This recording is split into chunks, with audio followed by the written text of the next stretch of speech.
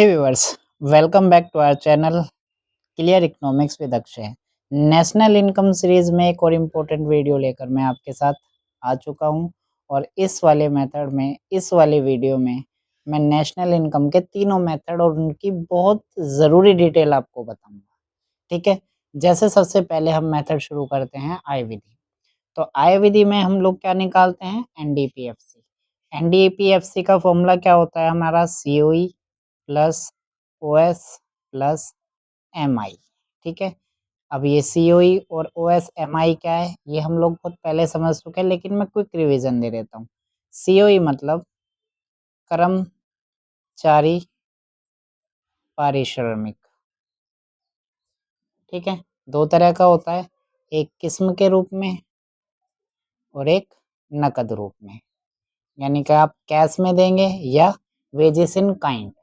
अगर आप नकद रूप में देंगे तो वेजेस और सैलरी यानी मजदूरी और वेतन।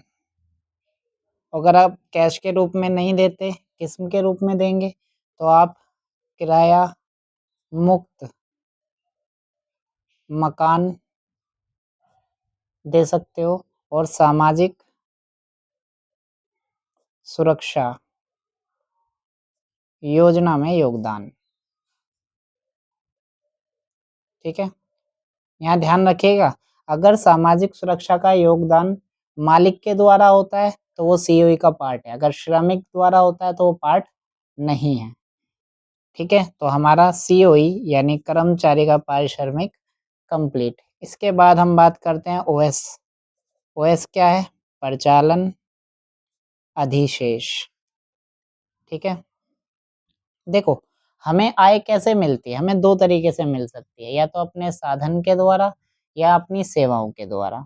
ठीक है, तो परिचालन अधिशेष इसी पार्ट पर है। आपको किराया मिल सकता है अपनी जमीन से। ठीक है, आपको ब्याज मिल सकता है अपनी पूंजी से, अगर आप किसी को पैसे देंगे तो उसका ब्याज मिल जाएगा, और आपको लाभ मिलेगा आपकी एंटरप्रेन्योरशिप यानी उद्यमता से। ठीक है, इसी तरीके से जो ये लाभ है इसके तीन पार्ट कर दिए गए हैं। पहला लाभांश, दूसरा लाभ कर, तीसरा प्रतिधारित आय। लाभांश को वितरित लाभ भी कहते हैं, लाभ को निगम कर भी बोलते हैं, कॉरपोरेट टैक्स। इसको निजी क्षेत्र की बचत भी कहते हैं। ठीक है, इसका एक और नाम है अवितरित लाभ। ठीक है, और लास्ट है मिश्रित इनकम, एमआई आप लोग जानते हो, इसे मिश्रित इनकम कहते हैं। मिश्रित इनकम मतलब जो अपने ही व्यवसाय में लगे हुए व्यक्ति होते हैं वो आय कमाते हैं, इसको मिश्रित इनकम कहते हैं। नेक्स्ट है हमारा मूल्य वृद्धि विधि। तो मूल्य वृद्धि विधि में सबसे पहले हम क्या निकालते हैं? जीवीएमपी, जो कि पैरेलल होता है जीडीपीएमपी। इसे निकालने के लिए हम क्या करते हैं? सबसे पहले हम उत्पादन का मूल्य माइनस करते हैं मध्यवर्ती व्यय। ठीक है, यानी value of output minus intermediate expenditure. अब उत्पादन का मूल्य आपको क्वेश्चन में नहीं मिलेगा, तो उत्पादन का मूल्य निकालने के लिए हमें दो पार्ट करने पड़ते हैं, बिक्री प्लस डेल्टा स्टॉक।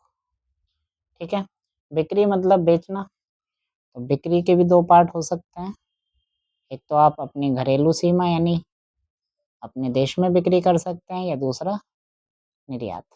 ठीक है, और स्टॉक आपको पता है अंतिम स्टॉक माइनस प्रारंभिक। बिक्री का एक और पार्ट है उत्पादन यूनिट्स इनटू प्राइस, ये भी बिक्री का एक फॉर्मूला होता है। अब आ जाते हैं मध्यवर्ती व्यय। मध्यवर्ती व्यय मतलब जब भी उत्पादक बीच में बहुत सारी गतिविधियां करता है जिसके लिए उसे कुछ ऐसा खर्च करना पड़ता है जो उसके उत्पादन में योगदान देता है, जैसे कच्चा माल, तो कच्चा माल भी मध्यवर्ती में आता है, कोई बिजली खर्च। ठीक है, या फर्म ए किसी बी फर्म से कोई खरीद करती है, वो भी आती है, ठीक है। और एक इम्पोर्टेंट सबसे ज़्यादा जो कि आपको कोई बताएगा नहीं, ठीक है, जो GVAMP है इसमें स्वयं उपभोग ऐड किया जाता है, लेकिन केवल वस्तुओं को, ना कि सेवाओं को। यानी अगर स्वयं उपभोग के लिए वस्तु का उत्पादन किया जा रहा है वो शामिल होगा, वरना नहीं होगा। नेक्स्ट आ जाते हैं हमारा ये, ठीक है, छोटी सी कन्फ्यूजन है लेकिन मेथड बड़ा अच्छा है। हम GDP-MP भी निकालते हैं, हम NDP-MP भी निकालते हैं, लेकिन GDP-MP में क्या होता है, CGI plus X minus M. इसी तरीके से NDP में क्या होता है, CGI plus X minus M. अब दोनों मेथड तो सेम लग रहे हैं, लेकिन इम्पोर्टेंट क्या है, ये आई। जब ये आई हमारा सकल निवेश होता है, यानी सकल घरेलू पूंजी निर्माण, तो हमारा क्या यूज होता है, GDP-MP। और जब ये आई आपका शुद्ध निवेश होता है,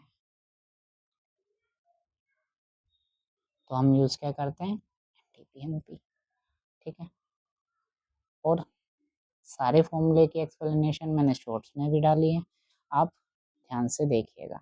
बस एक चीज़ और ध्यान रखना, अगर शुद्ध निर्यात यानी x माइनस एम, इसकी जगह शुद्ध आयात हो, तो शुद्ध आयात हमेशा माइनस करिएगा, प्लस नहीं, ठीक है। मिलते हैं ऐसी और मज़ेदार वीडियो में, और ये सीरीज़ ऐसी चलती रहेगी। अगर आप लाइक, सब्सक्राइब और शेयर करेंगे, मुझे मोटिवेशन मिलेगा, मैं और ऐसी वीडियो बनाता रहूँगा और आपकी स्टडी को बेटर बनाता।